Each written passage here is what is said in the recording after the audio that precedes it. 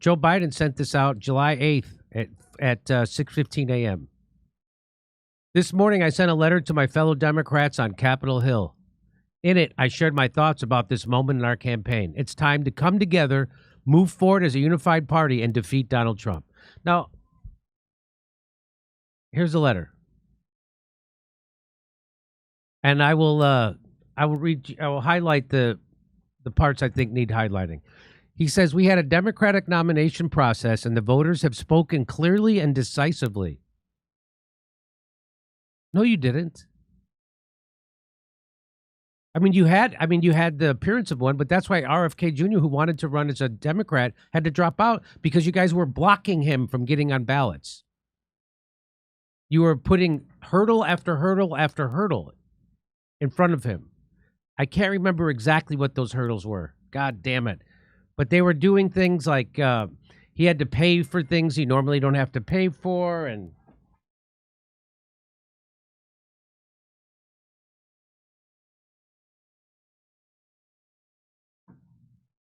we had democratic nomination process, and the voters they didn't have a real primary. They didn't have a real primary in 2016 because they cheated Bernie Sanders. And that's not me saying that. That's Elizabeth Warren said that the primary was rigged, and Donna Brazile put that in her book. Yeah. Now, Bernie's just such a cuck, he didn't do anything about it.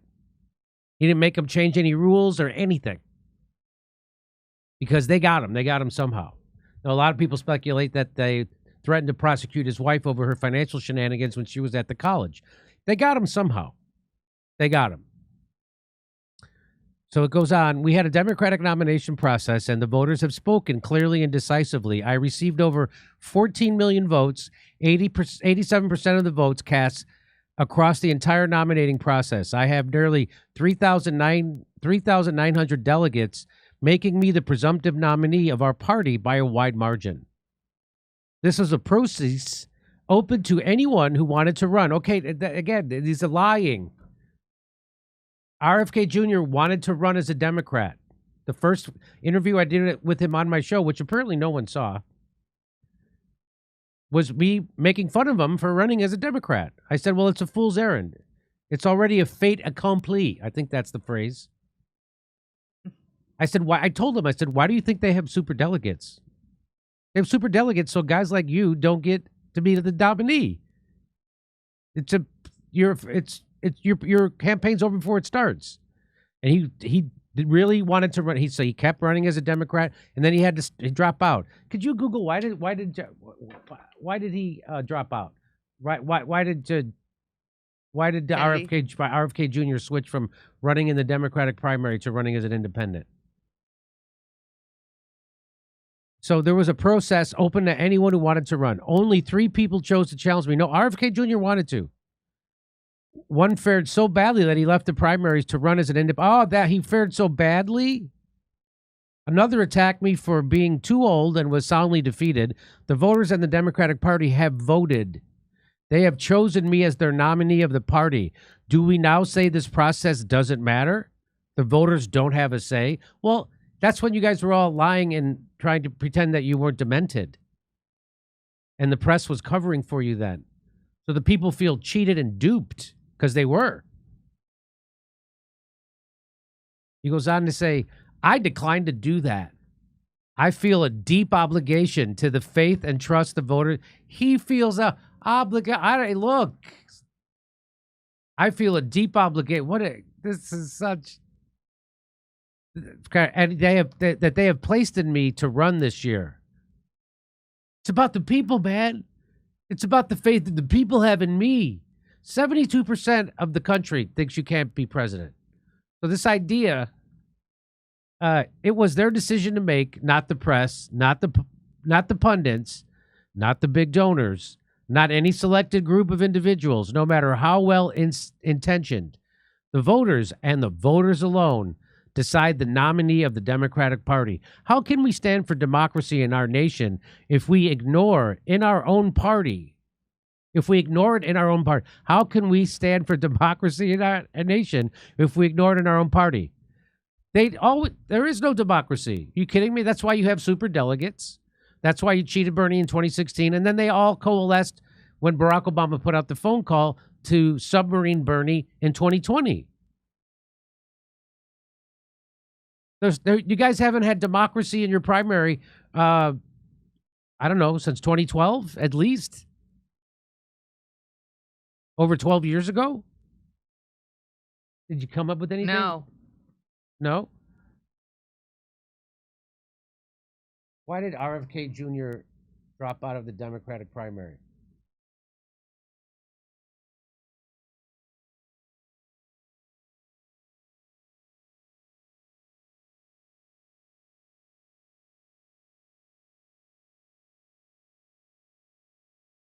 It says, I have one article from PBS.org, says Kennedy has spent weeks accusing the DNC of rigging the party's primary against him and threatening that he might need to consider alternatives. That's one, specific. And then the other specific. Yeah, they did rig it against him. The other one I have is, we declare, this is a quote from him, we declare independence from the two political parties and the corrupt interests that dominate them and the entire rigged system of rancor and rage, corruption, and lies. Kennedy has spent weeks accusing the DNC of rigging the party's primary against him and threatening that he might need to consider alternatives. In campaign emails and videos, he blasted the DNC's decision to not to host debates between Biden and other candidates, and railed against the committee's plan to give South Carolina, rather than Iowa or New Hampshire, the leadoff spot on the primary calendar this election cycle. If they jam me, I'm going to look at every option, he said. Far-right and anti-vaccine clubs.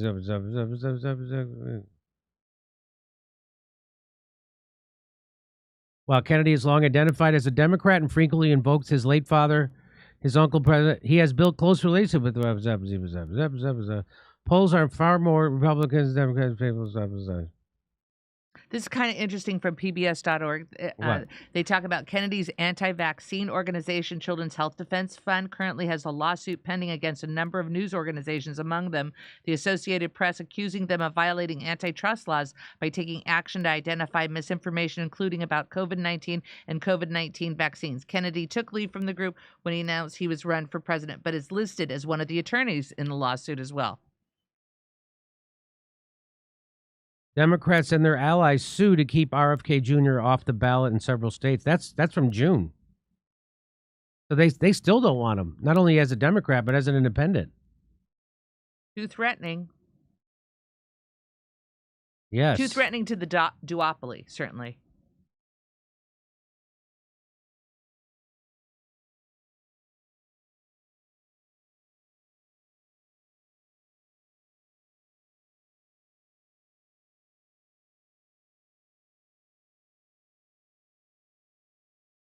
Some believe in other populists standing up for the people and against the entrenched elites as being ostracized, smeared, and silenced by a powerful political machine acting on behalf of President Joe Biden. Today's populist is RFK Jr. Last week, Kennedy himself called out the Democratic National Committee for rigging the primaries against him to benefit Biden. It's pretty clear that the DNC does not want a primary. Essentially, they are fixing the process so that it makes it almost impossible to have democracy function.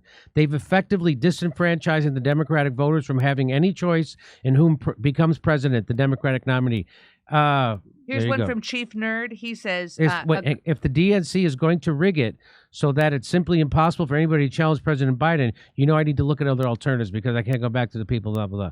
Here's him looking at other alternatives. They made rules that if any candidate sets foot in the state of Iowa or sets foot in the state of New Hampshire, then none of the votes that are cast for the candidate will be tallied. There you go. In other words, any delegate that I win in New Hampshire or Iowa would go instead to the president. Yes. If you add up all the superdelegates that they control and all the automatic delegates, they just go to the party. I would have to win almost 80% of all states. Yeah. So thank you, Misha. So because he campaigned in New Hampshire and Iowa, they passed a rule, the DNC saying, if you do that, all your delegates go to someone else. So that's the kind of stuff they were doing. That's called rigging the primary. So this idea that they had, and then he ends by saying, the question of how to move forward has been well aired for over a week now, and it's time for it to end. We have one job, and that is to beat Donald Trump. We have 42 days to the Democratic Convention and 119 to the general election, and weakening a resolve or lack of clarity about the task ahead of only helps Trump and hurts us. It's time to come together, move forward as a unified party, and defeat Donald Trump. Sincerely, Joseph Biden.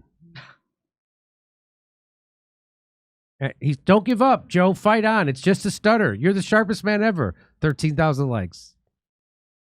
I just wanted to believe me. The people who want him to stay in are his opponents. Let's see how many. So this got 20. Okay, look at that. Okay, so there's Joe Biden declaring that the voters put him there, even though we know in a democratic process. Even though we know they didn't, they rigged it. Thanks for finding that. That's exactly how they rigged it. They said, oh, you're Iowa. If you campaign in Iowa or New Hampshire, we're not going to count your delegates. You sons of bitches. So that's one of the ways they rigged it. They moved the first primary. Instead of having it in Iowa and then New Hampshire, they moved it right to South Carolina for Joe Biden. They rigged it in many different ways. Plus, they wouldn't have debates. Plus, they got their media puppets in the media to slander and smear him. So it was a rigged primary. Again, 3 rigged primaries in a row for the Democrats. And they still have super delegates. Okay, over to Steph.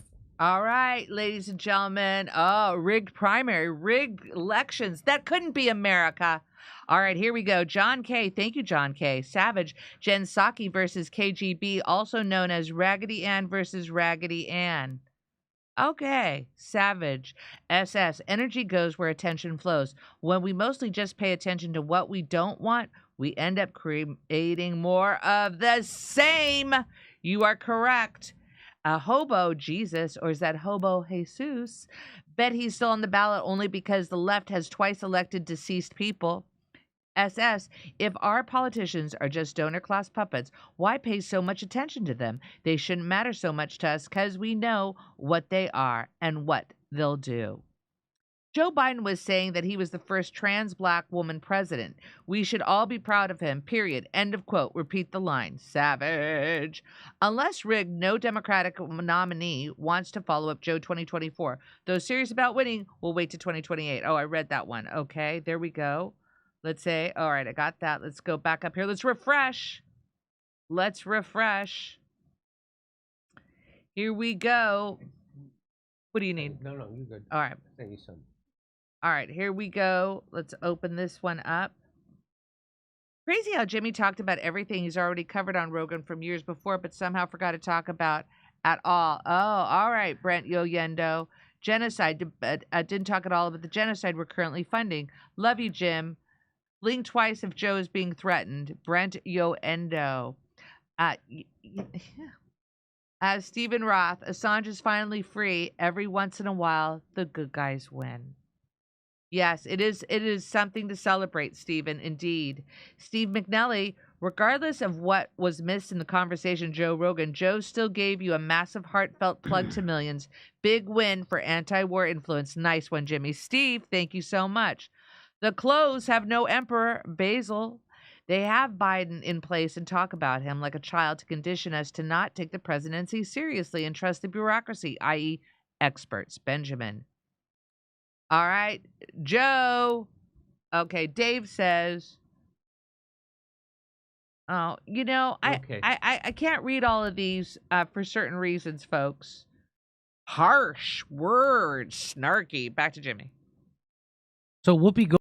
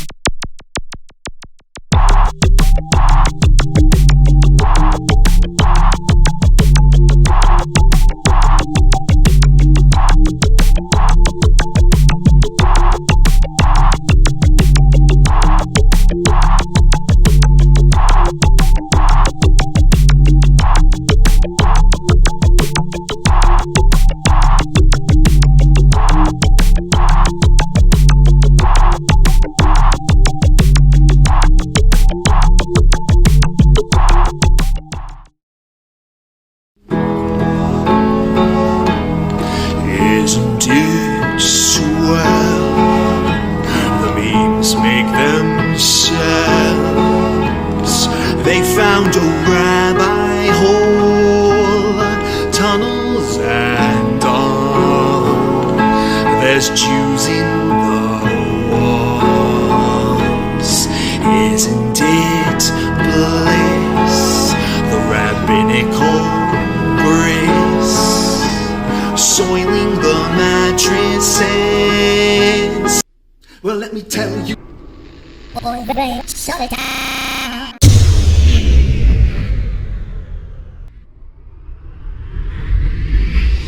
If I were Rabbi Shmuley and diddle diddle diddle digga digga diddle diddle dum, all day long I'd diddle little bums. If I were a Shmuley man, I'd peddle all my dildos, dreidel dildos, selling dildos with my daughter and her mum. If I were a Jewish Shmuley man, I'd be digging with a dildo in my bum. I'd wear a grotesque nose and go grab some goyim right on the nipple with a pinch. A Shabbos lap dance brace for the youngest mensch. At this time, more than any other time, you know, revolution is necessary. It is necessary. Not only based on what has happened with the MOVE organization, you know, the babies that have been murdered, you know, MOVE adults that have been murdered, bombs being dropped on us, but past that to what is happening with all black people, so-called minority people, you know, money poor people. You know, this government, as has been said earlier, has waged war on us. But you know, something about us, particularly here in America, we don't really understand that. You know, we don't really know what war is. You know, for black people, for poor people, that people see as good, that they wasn't forced to do, that they didn't do to try to keep black people appeased, you know, and calm down so that black people wouldn't riot. A prison situation is a crystallized example of that. You can make phone calls in prison. They have movies in prison, but they don't have those things because they just want to be nice to prisoners. They have those things because they know damn well if they don't have, you know, people being able to contact their family, if they don't have, you know, facilities for people to sit there and watch movies, people are going to be frustrated, upset, and they're going to direct that frustration at them prison administrators, and they're going to have riots on their hands. You know, they're going to have people in them prisons turning them prisons out. That's why they have movies. That's why they have access to phones the way they do. And a stop to it when we don't like it, or encouraging it when it's something that's in our interest. You know, we have to call the shots. The people have to take the reins of this system and start dictating, you know, what we need, what needs to be done. And, you know, taking the initiative to do it ourselves. We can't rely on this system. I mean, you know, don't people see what's happening? Every single confrontation that MOVE people have been involved in, every single issue, you know, oppression, economic issues, every single issue facing our people, you know, is something that can be dealt with very, very simply. All people got to do is make their wishes known. All people have to do is stand up and say, listen, we're not accepting that. Unity is the key. Unity is the key to revolution. Revolution ain't nothing to be afraid of. It ain't nothing to shy away from. Revolution, contrary to what officials, you know, this system and those backing the officials running the system, you know, want people to believe that revolution means violence, you know, means blood in the street. I'm saying it can get to that point, but it don't have to be violent. You know, when people come together and take a strong stand on an issue, this government don't have no choice but to listen. Where you think they get their authority from? They don't have no power, but they do have authority to do certain things. Where you think they get it from? They get it from us, from the people. You know, they get it from us accepting the things that they do to be done to stop it, then you have some people who want to then turn around and say, yeah, well, you know, it's the best we have, and want to make excuses. The time for excuses is over. It's over. You know, every man, woman, and child has to be involved in this revolution. Not only has to be, but is, whether you want to be or not. I mean, our babies gave their lives for this revolution on May 13th. You know, men, women, and children were murdered. And not just move babies, you know. What about all of the young men, women, you know, children 8, 9 years old shot down on the street by cops, you know, by drug pushers? I mean, you know, where do you think that mentality comes from? It comes from this system, from the mentality of this system of getting over, you know, making a quick buck, you know. I'm saying that's where that needs to be done to stop it. Then, you know, what I want people to really, really understand is that it's past time. It is past time for poor people, black people, you know, to realize that this system has failed you. It has failed you. You can't get nothing from it. And what people got to do is withdraw our support from it and start doing for ourselves. That's what we got to do.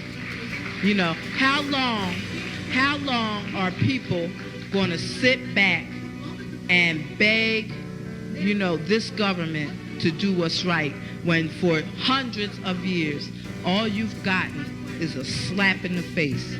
All you've gotten is this government kicking your ass. That's all. That's all black people have ever gotten from this government.